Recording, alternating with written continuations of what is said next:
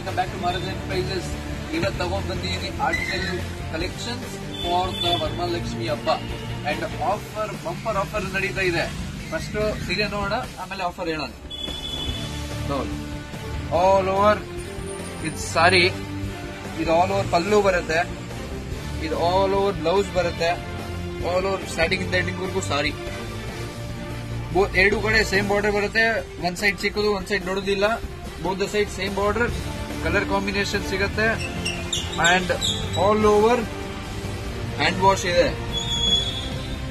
All over hand wash, dry wash ಇಲ್ಲ, hand wash.